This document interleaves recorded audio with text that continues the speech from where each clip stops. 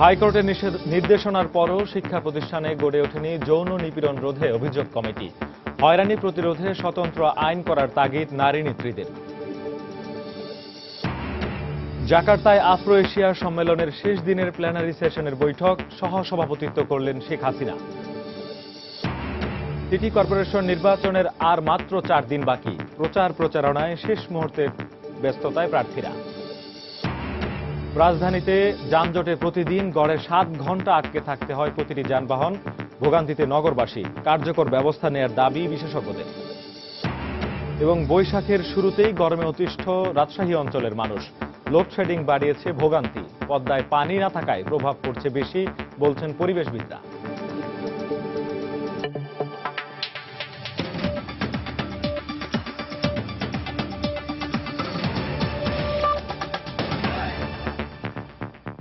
সময় সংবাদের সঙ্গে আছি আমি শেখ জায়েদ। নারীর ওপর যৌন নির্যাতন রোধে হাইকোর্টের নির্দেশনা অনুযায়ী সব শিক্ষা প্রতিষ্ঠানে অভিযোগ কমিটি গঠন করার কথা থাকলেও এখনও তা বাস্তবায়ন না হওয়ায় উদ্বেগ প্রকাশ করেছেন নারী অধিকার আন্দোলনের নেত্রীরা। পাশাপাশি শিক্ষা প্রতিষ্ঠান ও কর্মক্ষেত্রে যৌন হয়রানি প্রতিরোধে স্বতন্ত্র আইন করারও তাগিদ দিয়েছেন তারা। তাদের মতে আইনের প্রয়োগের মাধ্যমে অপরাধীদের শাস্তি নিশ্চিত করা সবচেয়ে বেশি জরুরি। তাহসিনা জিসির প্রতিবেদন। এক যুগেরও বেশি সময় আগে ঢাকা বিশ্ববিদ্যালয়ের শামসুন্নাহার হলে ছাত্রীদের উপর পুলিশি নির্যাতনের ঘটনায় যৌন নিপীড়ন বিরোধী এই আন্দোলন আমাদের সামনে উজ্জ্বল দৃষ্টান্ত হয়ে আছে। এই ঘটনার ঠিক 14 বছর পর বিশ্ববিদ্যালয় এলাকায় পহেলা বৈশাখে নারীদের ওপর নিপীড়নের ঘটনার প্রতিবাদে আবারও বিক্ষুব্ধ হয়ে উঠেছে গোটা শিক্ষাঙ্গন। প্রতিনিয়ত চলছে প্রতিবাদ বিক্ষোভ। যখনই ঘটনাগুলো হয় তখন আশেপাশে আমাদেরকে হেল্প করার মতো কেউ থাকে না। ইভেন অনেক চিল্লাচিল্লির পর নর্মাল মানুষও তো আসেই না, পুলিশকেও ঠিক টাইমে পাওয়া যায় না। নির্দিষ্ট একটা দূরবর্তী স্থানে একটা করে সেল থাকা উচিত, যাতে যে কোনো ধরনের হ্যারাসমেন্টের শিকার হলেই তারা ওখানে গিয়ে আপিল করতে পারে। শিক্ষাঙ্গন ও কর্মক্ষেত্রে যৌন নিপীড়ন রোধে হাইকোর্ট 2006, 2008 এবং 2009 সালে কয়েকটি দিক নির্দেশনা দিয়ে 3টি নীতিমালা জারি করেন। এই নীতিমালার আলোকে বিশ্ববিদ্যালয় মঞ্জুরি কমিশন সকল উচ্চশিক্ষা প্রতিষ্ঠানে অভিযোগ কমিটি গড়ে তোলার নির্দেশ দেন। কিন্তু অধিকাংশ শিক্ষা প্রতিষ্ঠান এখনো এই নির্দেশনা কার্যকর করেনি বলে অভিযোগ করেন নারী নেত্রীরা। সেখানে স্পেসিফিক বলা হয়েছিল একটা 24 ঘন্টা হটলাইন থাকবে, এখানে পুলিশ এক টহল দিবে, সেখানে একটা প্রতিরোধমূলক কমিটি করবে। এই কমিটি কিন্তু সেভাবে এখন পর্যন্ত সব জায়গা হয় না। ঢাকা ইউনিভার্সিটিও কিন্তু সেরকম কম্প্রিহেনসিভ একটা কমিটি হয় নাই। একেবারে যে একদম কেউ করেনি তা না, তবে যেভাবে হওয়া উচিত ছিল, যেভাবে এটার প্রতি সমর্থন দেওয়া উচিত ছিল সমস্ত প্রতিষ্ঠানগুলির, সেরকম ভাবে হয়নি। নারী নির্যাতন প্রতিরোধ সেল গঠনের পাশাপাশি প্রতিটি শিক্ষাঙ্গনকে নারী বান্ধব করে গড়ে তোলারও তাগিদ দেন তারা। সামাজিক আন্দোলনের প্রয়োজন আছে, একটা সাংস্কৃতিক কতগুলি জাগরণের ব্যাপার আছে এখানটায়। এই সংস্কৃতিটাই পাল্টাতে হবে, যেখানে এখন পর্যন্ত এই সমাজে বিশ্বাস করা হয় যে পুরুষরাই হচ্ছে নারীদেরকে নিয়ন্ত্রণ করবে। যৌন হয়রানি, নিপীড়ন এবং স্টকিং, উত্তক্তকরণ, এই বিষয়গুলো নিয়ে একটা কম্প্রিহেনসিভ আইন হওয়া প্রয়োজন। একই সাথে যৌন হয়রানির শিকার নারীদের সাক্ষী সুরক্ষা আইনে যথাযথ নিরাপত্তা দেবার উপর জোর দেন এই আইনজীবীরা। তাহসিনা জেসি, সময় সংবাদ, ঢাকা। জাকার্তায় প্রধানমন্ত্রী শেখ হাসিনার সহ-সভাপতিত্বে অনুষ্ঠিত হল এশিয়ান আফ্রিকান সম্মেলনের 5ম ও শেষ দিনের কার্যক্রম। স্থানীয় সময় বৃহস্পতিবার সকাল 8টায় সম্মেলনের 4র্থ পূর্ণাঙ্গ অধিবেশন শুরু হয়। বাংলাদেশের প্রধানমন্ত্রী শেখ হাসিনা ও মিশরের প্রধানমন্ত্রী ইব্রাহিম মেহলাব ওই অধিবেশনে যৌথভাবে সহ-সভাপতিত্ব করেন। Nigeria, Papua New Guinea, Philippines, Libya, Pakistan, Cambodia সহ বেশ কয়েকটি দেশের নেতারা অধিবেশনে বক্তব্য রাখেন। প্ল্যানারি সেশনের পর ফিলিস্তিনি প্রধানমন্ত্রী রামি হামিদাল্লাহর সঙ্গে শেখ হাসিনার দ্বিপক্ষীয় বৈঠক করার কথা রয়েছে। এছাড়া ইন্দোনেশিয়ার প্রেসিডেন্ট জোকো উইদোদো এবং নেপালের প্রধানমন্ত্রী সুশীল কৈরালার সঙ্গেও প্রধানমন্ত্রী বৈঠকে বসবেন বলে জানা গেছে।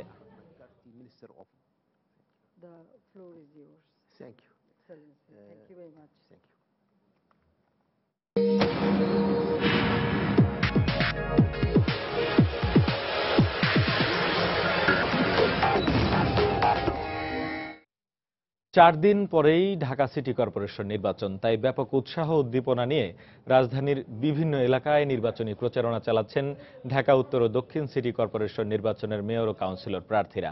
সকাল থেকে মেয়র ও কাউন্সিলর প্রার্থীরা ভোটারদের কাছে যাচ্ছেন এবং নানা প্রতিশ্রুতি দিচ্ছেন। রাজধানীর চানখারপুল এলাকা থেকে নির্বাচনী প্রচারণা শুরু করেছেন ঢাকা দক্ষিণ সিটি কর্পোরেশনের আওয়ামী লীগ সমর্থিত মেয়র প্রার্থী সাইদ খোকন।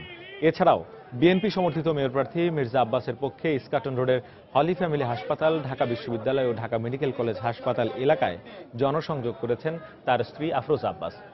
এদিকে ঢাকা উত্তর সিটি কর্পোরেশনের আওয়ামী লীগ সমর্থিত মেয়র প্রার্থী আনিসুল হকের পক্ষে কারওয়ান বাজার এলাকায় নির্বাচনী প্রচারণা চালান তার সমর্থকরা। অন্যদিকে রাজধানীর বাড্ডা লিংক রোড থেকে নির্বাচনী প্রচারণা শুরু করেছেন ঢাকা উত্তর সিটি কর্পোরেশনের বিএনপি সমর্থিত মেয়র প্রার্থী তাবিথ আওয়াল।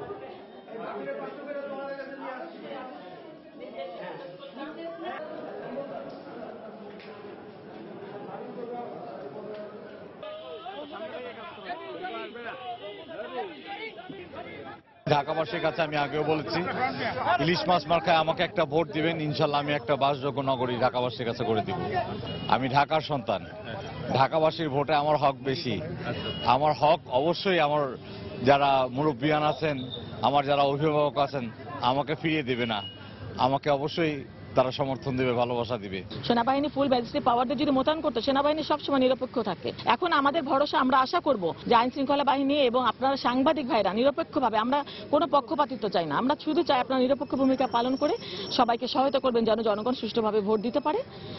আমরা ইনশাআল্লাহ নীরব বিপ্লব হয়ে যাবে আশা করছি। দর্শক, আগে জানিয়েছি যে সিটি কর্পোরেশন নির্বাচনের মেয়র প্রার্থী এবং কাউন্সিলর প্রার্থীরা প্রচারণা চালাচ্ছেন। এই মুহূর্তে জনসংযোগ করছেন ঢাকা দক্ষিণ সিটি কর্পোরেশনের আওয়ামী লীগ সমর্থিত মেয়র প্রার্থী সাঈদ খোকন। আমরা সরাসরি চলে যাচ্ছি সেখানে।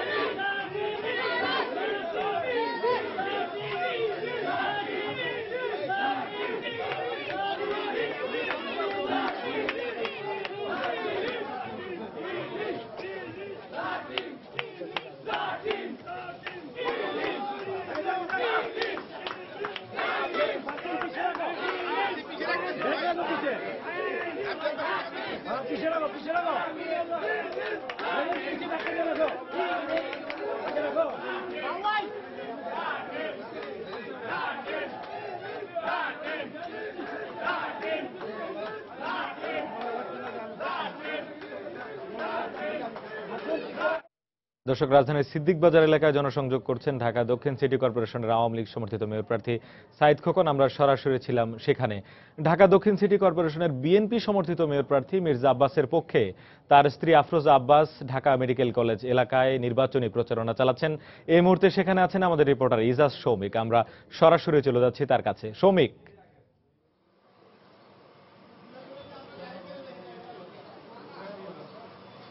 হ্যাঁ জায়েদ, আপনি জানেন যে 28শে এপ্রিল বিভক্ত ঢাকার প্রথম সিটি কর্পোরেশন নির্বাচন অনুষ্ঠিত হতে যাচ্ছে, ঢাকা উত্তর এবং দক্ষিণ সিটি কর্পোরেশন নির্বাচন। এবং এই কারণে খুব বেশি সময় হাতে না থাকার কারণে বিভিন্ন দলের যে সমর্থিত প্রার্থীরা রয়েছেন তারা কিন্তু প্রচারণা শুরু করেছেন। এবং সকাল থেকে আপনাকে যদি বলি যে বিএনপি সমর্থিত যে প্রার্থী মির্জা আব্বাসের স্ত্রী আফরোজা আব্বাস, তিনি কিন্তু এই ঢাকা দক্ষিণের বিভিন্ন এলাকায় গণসংযোগ শুরু করেছেন সকাল থেকে।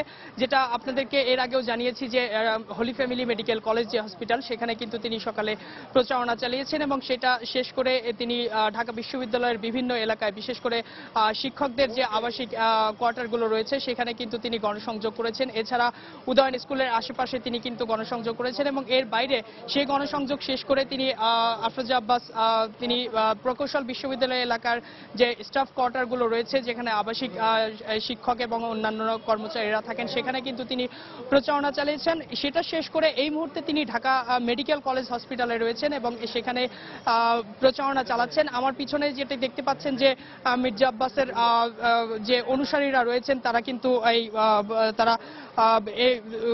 তার স্ত্রীর সঙ্গে এসেছেন এবং তারা বিভিন্ন লোকজন জড়ো হয়েছেন ঢাকা মেডিকেলের সামনে।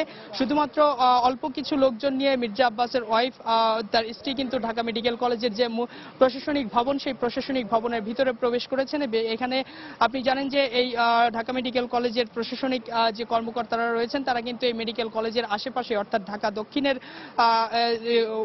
ভোটার, তারা মূলত তাদেরকে তিনি গণসংযোগ চালাচ্ছেন এবং বলছেন যে তার যে বিভিন্ন প্রতিশ্রুতি রয়েছে সেই প্রতিশ্রুতিগুলো কিন্তু তাদের কাছে জানাচ্ছেন যে তিনি ঢাকার উন্নয়ন ঘটাবেন, এদের কাছে তিনি ভোট চাচ্ছেন। তো এই ছিল দক্ষিণের সিটি কর্পোরেশন নির্বাচনে মির্জা আব্বাসের পক্ষে তার স্ত্রী গণসংযোগের খবর আমার কাছে। জায়েদ। দর্শক, ঢাকা দক্ষিণ সিটি কর্পোরেশনে বিএনপি সমর্থিত মেয়র প্রার্থী মির্জা আব্বাসের পক্ষে তার স্ত্রী আফরোজা আব্বাস ঢাকা মেডিকেল কলেজ এলাকায় নির্বাচনী প্রচারণা চালাচ্ছেন। সেখান থেকে খবরাখবর জানাচ্ছিলেন আমাদের রিপোর্টার ইজাজ সৌমিক। এদিকে গতকাল নির্বাচনী ইশতেহার ঘোষণার পর আজ বিপুল উৎসাহ উদ্দীপনার মধ্য দিয়ে চট্টগ্রামে নির্বাচনী প্রচারণায় ব্যস্ত সময় কাটাচ্ছেন আওয়ামী লীগ সমর্থিত মেয়র প্রার্থী আ জ ম নাসির উদ্দিন। সকালে আগ্রাবাদ সিজিএফ এলাকা থেকে নির্বাচনী প্রচারণা শুরু করেন তিনি। এ সময় তিনি ভোটারদের কাছে নির্বাচিত হলে নগরীর বিভিন্ন সমস্যার সমাধানের আশ্বাস দেন। গত 10 এপ্রিল থেকে শুরু হওয়া নির্বাচনী প্রচারণায় ইতিমধ্যে চট্টগ্রামের 41টি ওয়ার্ডে প্রচারণা শেষ করেছেন তিনি। এদিকে গতবারের মেয়র টাকা দিয়ে ভোট কিনেছিলেন এবং এবারও সেই প্রচেষ্টা অব্যাহত রেখেছেন বলে অভিযোগ করেন আ জ ম নাসির।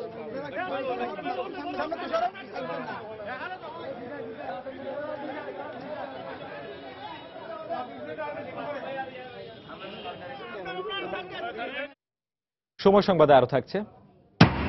অনিশ্চয়তায় গত বছর পরিকল্পনার চেয়ে দেশে বিনিয়োগ কমেছে 19%। জরিপে তথ্য। রাজনৈতিক অস্থিরতায় এবছরও বিনিয়োগ কমার আশঙ্কা ব্যবসায়ীদের। এবং নেত্রকোনায় পুরোদমে চলছে বোরো ধান কাটা ও মাড়াই উৎসব। শিলাবৃষ্টিতে ক্ষতি হলেও লক্ষ্যমাত্রার চেয়ে বেশি উৎপাদনের আশা কৃষি বিভাগের।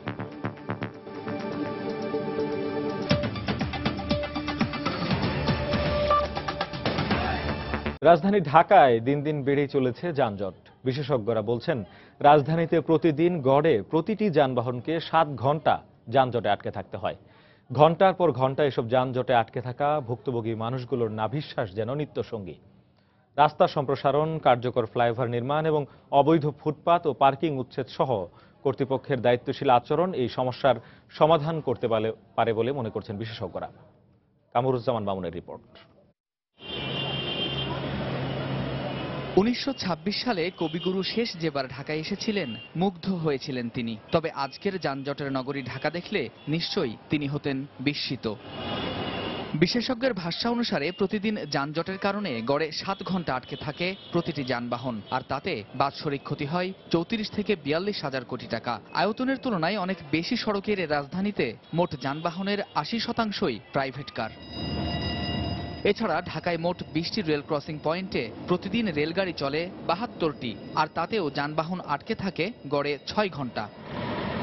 তবে ক্ষমতা পরিবর্তনের পালায় আসে নতুন মুখ, আসে নতুন প্রতিশ্রুতি। তাতে কি ভাগ্যের তো আর পরিবর্তন ঘটে না যানজটের ছোবলে নাকাল রাজধানীবাসীর। তোমার আজকে পরীক্ষায় আসতেছি, 1-1.5 ঘন্টা আগে বাসা থেকে বের হচ্ছি, কিন্তু আস্তে আস্তে 1 ঘন্টা 10 মিনিটের রাস্তা 1 ঘন্টা লেগে যাচ্ছে। ছোট গাড়িগুলোর লেগে বেশি জামটা লাগে, প্রাইভেট গাড়ির লেগে।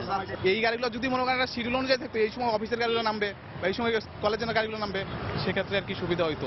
আমাদের দেশে আইন আছে, কার্যকারিতার অনেক অভাব আছে। আজকের ব্যাপার না, সবাই তো এরকম বহুত রকমের অঙ্গীকার করছে। জাতীয় নির্বাচনের আগে এরকম অঙ্গীকার আছে, কিন্তু সমস্যা দিন দিন বাড়তেই আছে।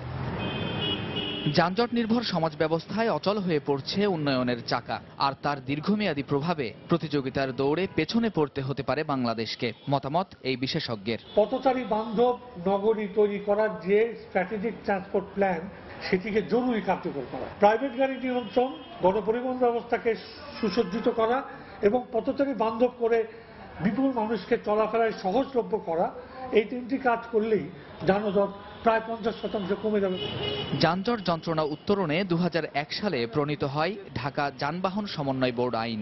তার 14 বছর পরও আইনের কতটুকু সুফল পাচ্ছেন সাধারণ মানুষ, সে প্রশ্ন নিশ্চয়ই অবান্তর।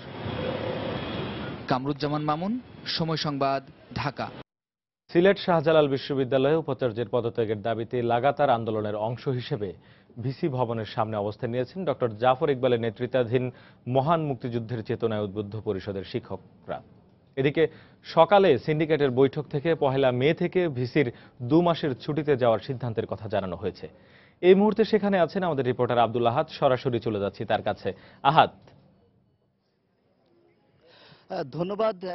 আপনারা যেটা বলছিলেন যে সিলেটের শাহজালাল বিজ্ঞান ও প্রযুক্তি বিশ্ববিদ্যালয়ের যে উপাচার্য রয়েছেন তার পদত্যাগের দাবিতে যে মহান মুক্তিযুদ্ধের চেতনায় উদ্বুদ্ধ শিক্ষক পরিষদ রয়েছেন, সরকারপন্থী শিক্ষকরা, তারা লাগাতার আন্দোলন চালিয়ে যাচ্ছেন এবং আজও তারা যে ভিসি ভবনের সামনে তারা মানববন্ধন করছেন। আপনারা দেখতে পাচ্ছেন যে এই মানববন্ধনে অংশ নিয়েছেন বিশিষ্ট শিক্ষাবিদ এবং জনপ্রিয় লেখক ডক্টর মোহাম্মদ জাফর ইকবাল সহ যে সরকারপন্থী যেসব শিক্ষকরা রয়েছেন তারা অংশ নিয়েছেন এবং তাদের একটি দাবি হচ্ছে যে এই বর্তমান যে উপাচার্য রয়েছেন প্রফেসর ডক্টর মোহাম্মদ আমিনুল হক ভূঁইয়া, তার অধীনে তারা কোনো ধরনের প্রশাসনিক দায়িত্ব পালন করবেন এবং তারা বলছেন যে তিনি বিভিন্ন দুর্নীতির সাথে জড়িত এবং তিনি স্বজনপ্রীতির মাধ্যমে তার আত্মীয় স্বজনকে এই বিশ্ববিদ্যালয়ে চাকরি দিয়েছেন এবং বিভিন্ন সময় তিনি বিভিন্ন শিক্ষকের সাথে অসদাচরণ করেছেন।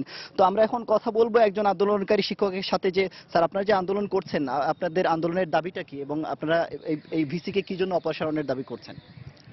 আচ্ছা, আপনারা অবগত আছেন যে আমরা বেশ কিছুদিন যাবৎ আমাদের এই বর্তমান উপাচার্যের স্বজনপ্রীতি, অনৈতিক আচরণ এবং আমাদের সম্মানিত শিক্ষকদের প্রতি অসদাচরণের প্রতিবাদে তার পদত্যাগের দাবিতে আমরা আন্দোলন করে আসছি এবং এ নিয়ে গতকাল আমরা একটা মানববন্ধন কর্মসূচি পালন করেছিলাম এবং তারপর আমাদের মহান মুক্তিযোদ্ধার চেতনায় উদ্বুদ্ধ শিক্ষকবৃন্দের ফোরামের আহ্বায়ক প্রফেসর ডক্টর সৈয়দ শামসুল আলমকে উনি ডাকেন এবং ডেকে উনি বলেন যে আজকে সকালে উনি সিন্ডিকেট করবেন এবং সেখানে আজকের থেকে উনি ছুটিতে যাবেন এবং উনি আমাদের কাছে একটা মানবিক আপিল করেছিলেন আমরা যেন ওনাকে এই 2 মাস সময় দেই, তারপর 2 মাস পর উনি পদত্যাগ করে চলে যাবেন। কিন্তু আজকে সকালে উনি সিন্ডিকেট করে যেটা করলেন যে উনি আগামী মে মাসের 1 তারিখ থেকে ছুটিতে যাচ্ছেন। তো এই অবস্থায় দেখা যাচ্ছে যে আপনারা জানেন যে আমরা পদত্যাগ করেছি গত রবিবার দিন। আপনারা স্যারের পদত্যাগ দাবি করছেন? এটাই অবশ্যই আমরা পদত্যাগ দাবি করছি, কারণ ওনার সাথে আমরা কাজ করার জন্য। জায়েদ, আপনি যেটা শুনলেন যে শিক্ষকরা বলছেন যে তাদের একটাই দাবি, এই বিশ্ববিদ্যালয়ের যে উপাচার্য রয়েছেন তার পদত্যাগ তারা দাবি করেছেন। তো আজকে একটি সিন্ডিকেট মিটিং বসেছে এবং সেই সিন্ডিকেট মিটিংয়ে উপাচার্য তিনি আগামী 1 তারিখ থেকে 2 মাসের ছুটি চেয়েছেন এবং তার ছুটি সিন্ডিকেট তারা মঞ্জুর করেছে। তবে এই ছুটির মঞ্জুরিটা তারা মহামান্য রাষ্ট্রপতির কাছে পাঠাবেন এমনটি বলেছেন। তো আপনারা দেখতে পাচ্ছেন যে ডক্টর মোহাম্মদ জাফর ইকবাল স্যার রয়েছেন। আমরা স্যারের সাথে কথা বলার চেষ্টা করব যে স্যার, উনি যে ছুটিতে চলে যাচ্ছেন, আপনি এই বিষয়টা কিভাবে দেখছেন? মানে অবশ্যই আমরা শিক্ষকরা যেটা চেয়েছিলাম উনি সেটার প্রতি সম্মান দেখিয়ে ছুটিতে যাচ্ছেন, আমরা সেটাকে ভালোভাবেই দেখব। কিন্তু যেটা সমস্যা যেটা হচ্ছে, যেহেতু আমাদের প্রক্টর থেকে শুরু করে সবাই পদত্যাগ করেছে, কাজে এই মুহূর্তে বিশ্ববিদ্যালয়ে কোনো প্রক্টর নাই আসলে।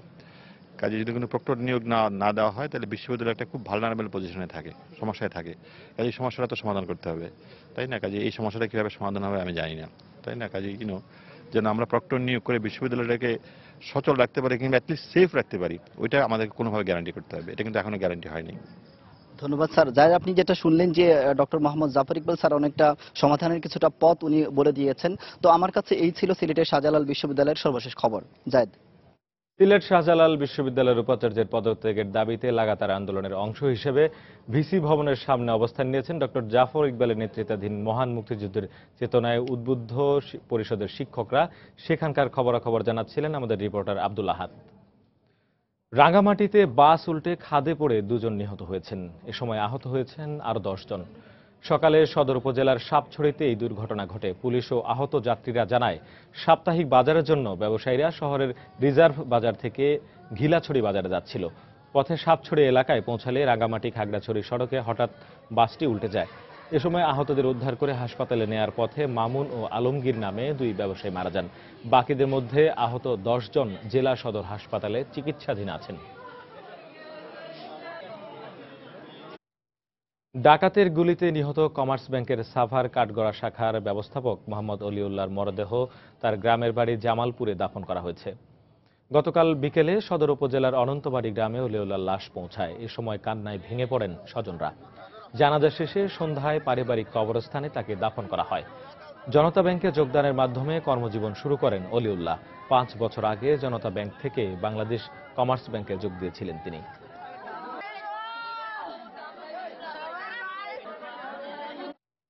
চট্টগ্রাম বন্দরে মিথানাইলবাহী কন্টেইনার বিস্ফোরণে 7 জন দগ্ধ হয়েছেন। এর মধ্যে 6 জনকে চট্টগ্রাম মেডিকেল কলেজ হাসপাতালে ভর্তি করা হয়েছে। গতকাল সন্ধ্যা 7:30টার দিকে এই ঘটনা ঘটে। পুলিশ ও স্থানীয়রা জানায়, নিউমোরিং কন্টেইনার এনসিটি গেটের ডেলিভারি পয়েন্ট দিয়ে মিথানাইলবাহী কন্টেইনার সরানো হচ্ছিল।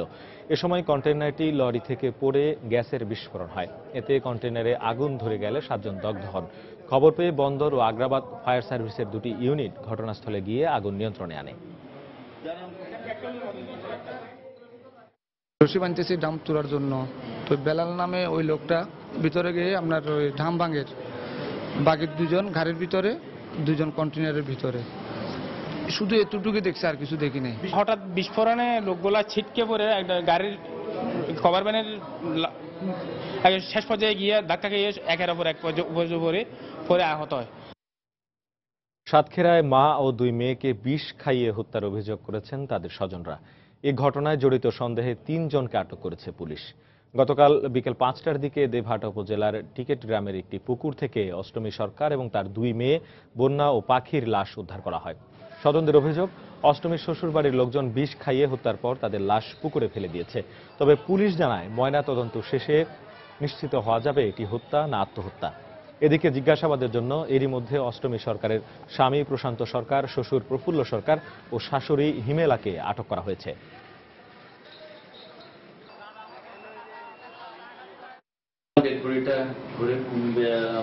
যতটুকু সম্ভব আমাদেরকে এটাকে কোনো বাহির থেকে এমন কোনো সিমটম পাওয়া গেল না যে থেকে আমরা কনফার্ম হতে পারবো যেটা হত্যা কি আত্মহত্যা।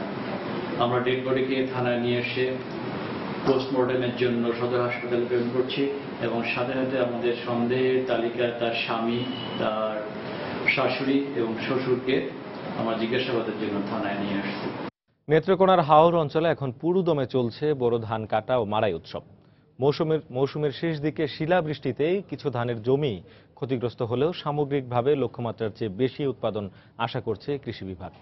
এদিকে মহাজনদের ঋণের দায় মেটানো এবং অর্থাভাবে প্রান্তিক কৃষকদের অনেকেই কম দামে ধান বিক্রি করছেন মাঠেই। জেলা প্রতিনিধি আলপনা বেগমের পাঠানো তথ্য, ছবি নিয়ে ডেস্ক রিপোর্ট।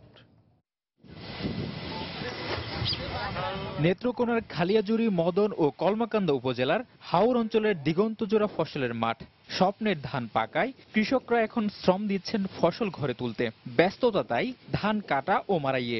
মৌসুমের শেষ দিকে শিলাবৃষ্টি কিছুটা শঙ্কায় ফেলে দিলেও ধানের ফলন বেশ ভালো হয়েছে বলে জানান কৃষকরা। তারা বলছেন, সড়ক যোগাযোগ ব্যবস্থা অনুন্নত হওয়ায় বরাবরই ধান পরিবহনে অসুবিধায় পড়তে হয় তাদের। ফসল খুবই ভালো হয়েছে, আল্লাহ চায় তো যদি ফসল উঠে তা বাম্পার ফসল হবে। এই দিক থেকে যখন ধানটা নিয়ে যায় বাড়িতে, তখন তাদের রাস্তাঘাটে একটু সমস্যা হয়। বিলের ধান আর থেকে বাড়িতে নেওয়া যায় না, পানি আরে আমরা রাস্তাঘাট নাই, আইন নাই। একদিকে ভরা মৌসুমে কম থাকে ধানের দাম, অন্যদিকে মহাজনের কাছ থেকে না ঋণের ভার। জীবনের রূঢ় এমন বাস্তবতায় মাঠেই ধান বিক্রি করছেন অনেক প্রান্তিক কৃষক। মহাজনের কাছে তো টেয়া আনি আইনা মহাজনের লাভ জন লাগে, কি করুন লাগে যে কিন্তু এর মধ্যে কাঁচা ধান সস্তা দেওয়ান লাগে। একটা জমিন করতে আমরা দেনা করি, দেনা দিতে গিয়ে হলো কিছু পায় না। বেআইনিরা তো অনেক কিনবো, কিনে স্টক করবো, করে হেরা পয়সা কামাইবো। আমরা তো আর পয়সা কামাই লইল না, আমরা তো অনেক বস্তা কাস্তা বেচলাম। কৃষি বিভাগ জানায়, শিলাবৃষ্টিতে এবার 913 হেক্টর ধানের জমি ক্ষতিগ্রস্ত হয়েছে। এরপরও এবার লক্ষ্যমাত্রা ছাড়িয়ে যাবে ধানের উৎপাদন। ফসলের অবস্থা খুবই ভালো। যা সকল কৃষকরা সলভেন্ট কৃষক, যাদের ক্ষমতা আছে এই বীজটা বা ধানটা ঝাড়ে ঘরে তোলার মতো, গুদামে তোলার মতো, তাদের খুব একটা লস হবে না, তারা পরবর্তীতে বিক্রি করতে পারবে। জেলায় এ মৌসুমে 1,83,595 হেক্টর জমিতে ধান উৎপাদনের লক্ষ্যমাত্রা ধরা হয়েছে 10,55,090 মেট্রিক টন। সময় সংবাদ, নেত্রকোনা। বৈশাখের শুরুতেই গরমে অতিষ্ঠ হয়ে উঠেছেন রাজশাহী অঞ্চলের মানুষ। পরিবেশবিদরা বলছেন, পদ্মায় পানি না থাকায় গরমের প্রভাব পড়েছে বেশি। অন্যদিকে ঘন ঘন লোডশেডিং উচ্চ মাধ্যমিক পরীক্ষার্থীদের ভোগান্তি বাড়িয়ে দিয়েছে দ্বিগুণ। তবে বিদ্যুৎ উন্নয়ন বোর্ডের কর্মকর্তাদের দাবি, এখনো কোনো লোডশেডিং নেই। আব্দুল সালামের তোলা ছবিতে বিস্তারিত জানাচ্ছেন সাইফুর রহমান রকি। পদ্মা শুকিয়ে এখন অনেকটাই মরুভূমিতে পরিণত হয়েছে। দু একটি পয়েন্টে হাঁটু পানি থাকলেও প্রমত্তা এই নদীর বুকে এখন বিস্তীর্ণ চর জেগেছে। ক্রমেই নদীর বালি উত্তপ্ত হয়ে মরুকরণ প্রক্রিয়া শুরু হয়েছে, যার প্রভাব পড়েছে রাজশাহী ও এর আশেপাশের এলাকাগুলোতে। তাই এসব জায়গায় গরম বেশি অনুভূত হয়, এমনটাই বলছেন পরিবেশবিদরা। পদ্মা নদীতে গেলে এই সময় আপনি মনে হবে যেন আপনি অনেকটা ছোটখাটো মরুভূমির মধ্যেই আছেন। এটা একটা লোকাল ফ্যাক্টর, এখানে বালি উত্তপ্ত হয়ে বাকি অংশটা যোগে, ফলে আমাদের এই অঞ্চলে, রাজশাহী বলে না, রাজশাহী অঞ্চল, আপনি দক্ষিণে যান চারঘাট, এই সব পুরো অঞ্চলই, এমনকি লালপুর, সব পুরো জায়গাতেই একটু বেশি গরম হয়। এদিকে অতিরিক্ত গরমে যখন দিশেহারা নগরবাসী, তখন নতুন যন্ত্রণা হিসেবে দেখা দিয়েছে লোডশেডিং। এতে সাধারণ মানুষের পাশাপাশি বিপাকে পড়েছে উচ্চ মাধ্যমিক পরীক্ষার্থীরা। আমরা লোডশেডিং এর কারণে মনোযোগ দিয়ে পড়ালেখা করতে পারছি না, এর কারণে আমাদের পড়ালেখা কনসেন্ট্রেট থাকছে না। এই যে রোদের যে গরমটা পুরোপুরি আমাদের শহরের উপর আসে পড়তেছে। প্রচন্ড গরম, মানে গরমে খুব অস্বস্তি বোধ করি আমরা। পুরো পদ্মাটাই শুকিয়ে গেছে আমাদের। এই বালুর তাপে মানুষের সমস্যা, গাছপালাও নাই। অন্যদিকে যান্ত্রিক ত্রুটির কারণে কিছু সময় বিদ্যুতের সেবা থেকে গ্রাহকরা বঞ্চিত হলেও এটিকে লোডশেডিং বলতে নারাজ বিদ্যুৎ উন্নয়ন বোর্ডের কর্মকর্তারা। মাঝে মধ্যে যে শহরের মধ্যে বিদ্যুৎ বন্ধ দেখা যায়, সেটা মেইনটেনেন্স কাজের জন্য বন্ধ করা হয়। সেটা খুবই সাময়িক, হয়তো 5 মিনিট, 10 মিনিট, 15 মিনিট বা আধা ঘন্টা, এর উপর না। জেলায় প্রতিদিন গড়ে 112 মেগাওয়াট বিদ্যুতের প্রয়োজন হয় বলে জানিয়েছে বিদ্যুৎ উন্নয়ন বোর্ড। 62 সাইফুর রহমান রকি, সময় সংবাদ, রাজশাহী। সময় সংবাদে আরো থাকছে, ভারতে ভূমি অধিগ্রহণ বিলের প্রতিবাদে আম আদমি পার্টির সভায় প্রকাশ্যে এক কৃষকের আত্মহত্যা, পুলিশের নিষ্ক্রিয় থাকার অভিযোগ। বিনিয়োগ সুরক্ষা ও নিশ্চয়তার অভাবে গেল এক বছর পরিকল্পনার তুলনায় প্রায় 19% বিনিয়োগ কমেছে দেশের ব্যবসা প্রতিষ্ঠানগুলোতে। সম্প্রতি অর্থনৈতিক গবেষণা সংস্থা business initiative leading development build এর এক জরিপে এমন তথ্য উঠে এসেছে। আর 2015 সালের প্রথম 3 মাসে রাজনৈতিক অস্থিরতার কারণে চলতি বছরে নতুন বিনিয়োগের ক্ষেত্রে নেতিবাচক প্রভাব থাকবে বলেও মনে করছেন ব্যবসায়ীরা। বিস্তারিত জানাচ্ছেন এজি মাহমুদ।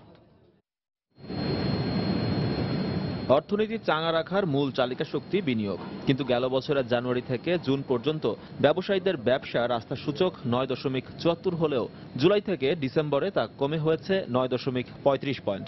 আস্থা কমে যাওয়ায় শেষ 6 মাসে দেশে বিনিয়োগের হারও কমেছে। গেল বছরের প্রথম 6 মাসে 47% ব্যবসায়ী নতুন করে বিনিয়োগের পরিকল্পনা করলেও শেষ পর্যন্ত বিনিয়োগ করেছেন মাত্র 28% ব্যবসায়ী। পাশাপাশি এ সময়ে বড় ব্যবসা প্রতিষ্ঠানগুলো 64% বিনিয়োগের পরিকল্পনা করলেও তা করেছে মাত্র 41% প্রতিষ্ঠান। ব্যবসায়ীদের গড়ে তোলা গবেষণা সংস্থা business initiative leading development build প্রকাশিত ব্যবসায়ীদের আস্থা সূচকে এমন চিত্রই উঠে এসেছে। আর এর কারণ হিসেবে ব্যবসায়ীরা দায়ী করছেন রাজনৈতিক অস্থিরতা, পরিবহন ব্যয়, বিদ্যুৎ ব্যয় ও ব্যাংক সুদের হারকে। উৎপাদিত পণ্য ঠিক মতন জায়গায় পৌঁছে দেওয়া, আপনার ডিস্ট্রিবিউটরের কাছে পৌঁছতে পারেন অথবা পোর্টে পৌঁছতে পারেন ফর এক্সপোর্ট, এই জায়গাটা আমাকে নিশ্চিত করতে হবে। এই জায়গাটা আমার ইন্টারাপ্টেড ছিল। এর জন্য কি প্রয়োজন? আমার উপযুক্ত একটা রাজনৈতিক পরিস্থিতি দরকার আছে। এরকম পরিস্থিতি যদি বিরাজমান থাকে, তাহলে আগামী 1 বছরের মধ্যে তেমন বড় কোনো ইনভেস্টমেন্ট আসবে না। 11টি খাতের 400টিরও বেশি ব্যবসা প্রতিষ্ঠানের উপর চালানো বিল্ডের ওই জরিপে আরও উঠে এসেছে অবকাঠামো সূচক কমার বিষয়টিও। অবকাঠামো হারে খাতে যেটা আমাদের সমস্যাটা, সেটা হচ্ছে যে the speed of the implementation of the infrastructure projects, এটা আরো অনেক তাড়াতাড়ি আমরা আশা করি যে হওয়া উচিত। 2021 সালের মধ্যে 8 থেকে 10% হারে প্রবৃদ্ধি অর্জনে বিনিয়োগের পরিমাণ জিডিপির 32% উন্নীত করতে হবে বলেও মনে করছে সংস্থাটি। এজি মাহমুদ, সময় সংবাদ, ঢাকা। বরগুনার পাথরঘাটায় সোনালী ফাউন্ডেশন নামের একটি বেসরকারি সংস্থার কিছু কর্মকর্তা গ্রাহকদের সঞ্চয়ী ও মেয়াদি আমানতের কয়েক কোটি টাকা হাতিয়ে নিয়ে গা ঢাকা দিয়েছে। ফলে বছরের পর বছর ঘুরেও সঞ্চিত টাকা না পেয়ে চরম ভোগান্তির শিকার কয়েক হাজার গ্রাহক। তবে সংস্থাটির এক কর্মকর্তার দাবি, তাদের সম্পত্তি বিক্রি করে গ্রাহকদের টাকা ফেরত দেওয়া হবে। অবশ্য প্রশাসন বলছে এই ব্যাপারে অভিযোগ না আসায় ব্যবস্থা নেওয়া যাচ্ছে না। এম এ আজিমের পাঠানো তথ্য ও এস এম সিফাতের তোলা ছবি নিয়ে ডেস্ক রিপোর্ট।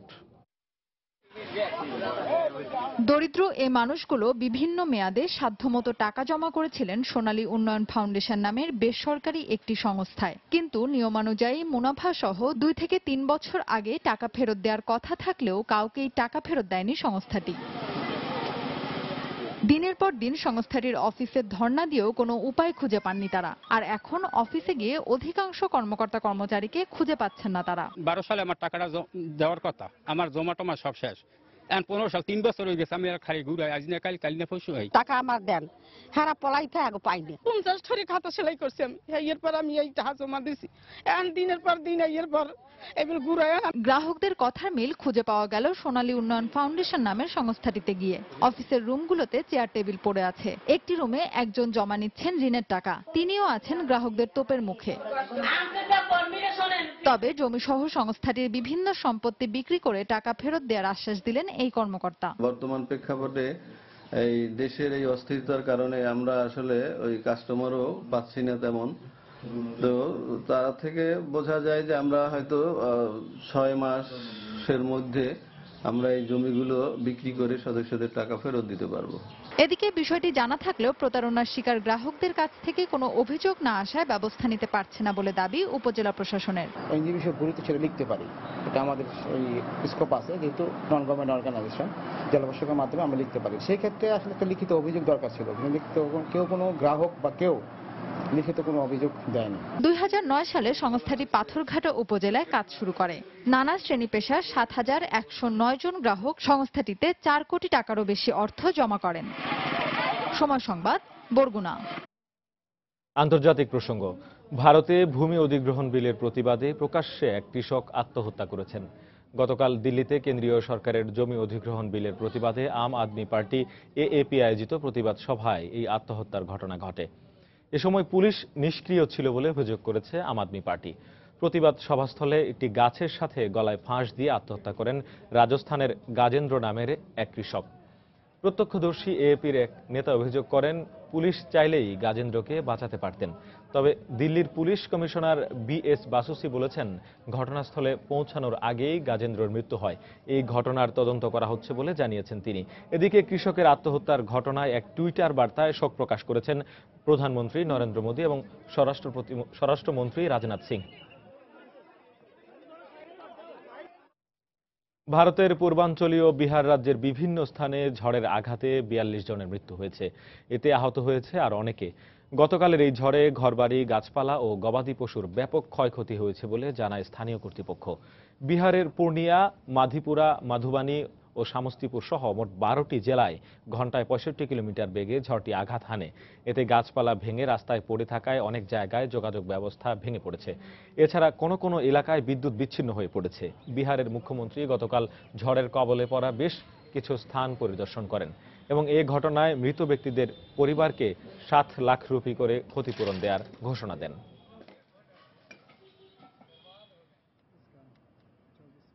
খেলার খবর। England West Indies test series প্রসঙ্গ। স্টুয়ার্ট ব্রডের বোলিং তোপে ওয়েস্ট ইন্ডিজের বিপক্ষে গ্রানাডা টেস্টের দ্বিতীয় দিন শেষে 225 রানে পিছিয়ে ইংল্যান্ড। সেন্ট জর্জ স্টেডিয়ামে টস হেরে প্রথম ইনিংসে ক্যারিবীয়দের সংগ্রহ 299 রান। জবাবে কোনো উইকেট না হারিয়ে থ্রি লায়ন্সদের সংগ্রহ 74 রান। আজ বাংলাদেশ সময় রাত 8টায় শুরু হবে তৃতীয় দিনের খেলা। 5 উইকেটে 188 রান নিয়ে দ্বিতীয় দিনের ব্যাটিং শুরু করেন দুই ক্যারিবীয় ব্যাটসম্যান স্যামুয়েলস ও রামদিন। দ্রুতই আগের দিনের সাথে 6 রান যোগ করে ক্যারিয়ারের 6ষ্ঠ টেস্ট সেঞ্চুরি তুলে নেন মার্লন স্যামুয়েলস। কিন্তু ইনিংসটা বেশি বড় করতে পারেননি তিনি। দলীয় 223 ও ব্যক্তিগত 103 রানে অ্যান্ডারসনের দ্বিতীয় শিকার হয়ে ফেরেন সাজঘরে। এরপর নিয়মিত বিরতিতে উইকেট হারাতে থাকা ক্যারিবীয় ইনিংস থামে 299 রান। স্টুয়ার্ট ব্রড নেন 4টি উইকেট। জবাবে প্রথম ইনিংসে ব্যাট করতে নেমে 74 রানে অবিচ্ছিন্ন থেকে দিন শেষ করেন দুই ইংলিশ ওপেনার এলিস্টার কুক ও জোনাথন ট্রট। কুক 37 ও ট্রট 32 রানে অপরাজিত আছেন। সেই সাথে ইংল্যান্ডের হয়ে দ্বিতীয় সর্বোচ্চ রান সংগ্রহের মাইল ফলক স্পর্শ করেন থ্রি লায়ন্স অধিনায়ক কুক। উয়েফা চ্যাম্পিয়ন্স লিগের খবর। নাটকীয় ম্যাচে নগর প্রতিদ্বন্দ্বী অ্যাথলেটিক মাদ্রিদকে হারিয়ে সেমিফাইনালে বর্তমান চ্যাম্পিয়ন রিয়াল মাদ্রিদ। প্রথম লেগ গোলশূন্য ড্র থাকায় বার্নাব্যুতে হার্নান্দেজের একমাত্র গোলে সেমির টিকিট কাটে মাদ্রিদিস্তানরা। অন্যদিকে আরেক কোয়ার্টার ফাইনালে দ্বিতীয় লেগে মোনাকোর সাথে গোলশূন্য ড্র করেছে জুভেন্টাস। কিন্তু প্রথম লেগে হোম গোলে এগিয়ে থাকায় সেমিফাইনালে উঠেছে দ্য ব্ল্যাক অ্যান্ড হোয়াইটরা। সান্তিয়াগো বার্নাব্যুতে বেল বেনজেমার ছাড়া স্বাগতিকদের আক্রমণ ভাগ ছিল কিছুটা সাদামাটা, কিন্তু দ্বিতীয়ার্ধের গোলের জন্য মরিয়া হয়ে ওঠে দুদল। তবুও দেখা পাচ্ছিল না সফলতার। তবে ৭৬ মিনিটে সফরকারী ডিফেন্ডার আর্দা তুরান লাল কার্ড নিয়ে মাঠ ছাড়লে আক্রমণের ধার বাড়ায় এনচেলত্তির শিষ্যরা। ম্যাচ শেষ হওয়ার ২ মিনিট আগে হার্নান্দেজের গোলে সেমিফাইনালের টিকিট নিশ্চিত করে বর্তমান চ্যাম্পিয়নরা। অন্যদিকে প্রথম লেগে মোনাকোর বিপক্ষে ১-০ গোলে এগিয়ে থেকে স্টেট লুইস স্টেডিয়ামে দ্বিতীয় লেগে কিছুটা রক্ষণাত্মক খেলে সফরকারী জুভেন্টাস। আর গোলের জন্য মরিয়া মোনাকোর আক্রমণ শানাতে থাকে সফরকারীদের গোলমুখে, কিন্তু ব্যর্থ হয় জুভেন্টাসের রক্ষণ দুর্গে ফাটল ধরাতে। শেষ পর্যন্ত কোনো গোল না হলে প্রথম লেগের ১ গোলের সুবাদে দীর্ঘ ১২ বছর পর চ্যাম্পিয়ন্স লিগের টিকিট পায় ইতালিয়ান জায়ান্ট জুভেন্টাস।